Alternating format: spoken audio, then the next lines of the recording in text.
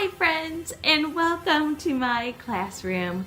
I'm Teacher Stacy, and I'm so glad that you came to visit today.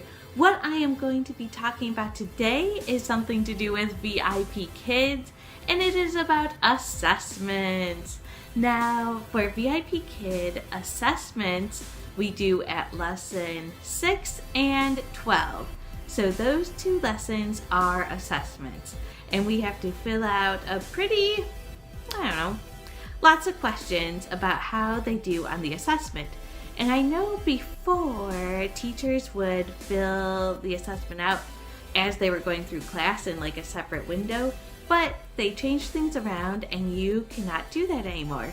And I never did that, so this change does not affect me really in any way. So I want to share how I grade my assessments to maybe help some other people. Now, the thing that I use during my assessment is my whiteboard, which is a little cat in the hat that I got on clearance at a teacher store.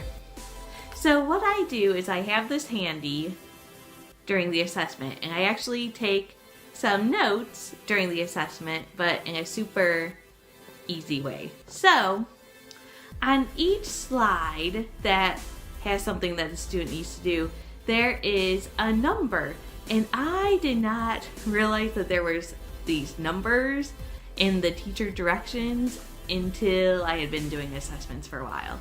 So what I do in class is I enlarge the screen as big as possible. Does that make sense? So I can see the teacher directions very well, and I'm not like squinting and trying to read the directions. So each teaching directions after it has a question number.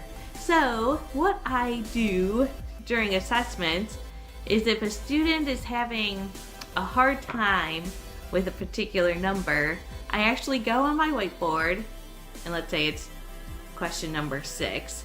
So I just write a little number 6, and then make a little note. Like I might do 1x.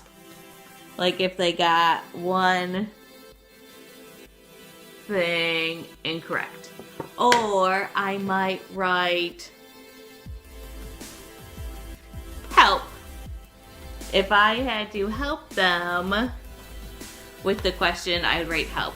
So what my whiteboard ends up looking like is very messy and something like this at the end. Very sloppy, very fast, I just go through, jot notes. And usually I can write and still keep my eyes on the child that's teaching. So that's how I do assessments. So I just take these then, where I have all my numbers, and then after class I can quickly go into feedback and go through and mark the little dots. Now, if a student's having no problems whatsoever with the assessment, is getting everything right, I don't even take notes because they did easy peasy and I can remember that they got everything right. So I only write down, when I'm jotting down my notes, I only jot down questions that they struggle with or they do not get 100%.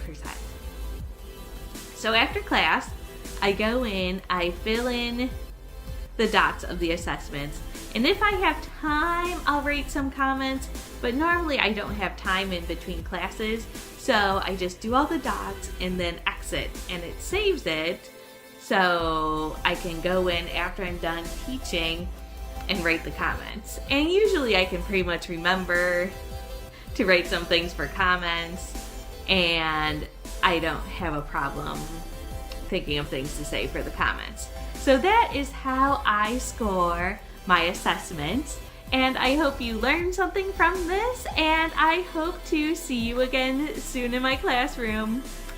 Bye friends!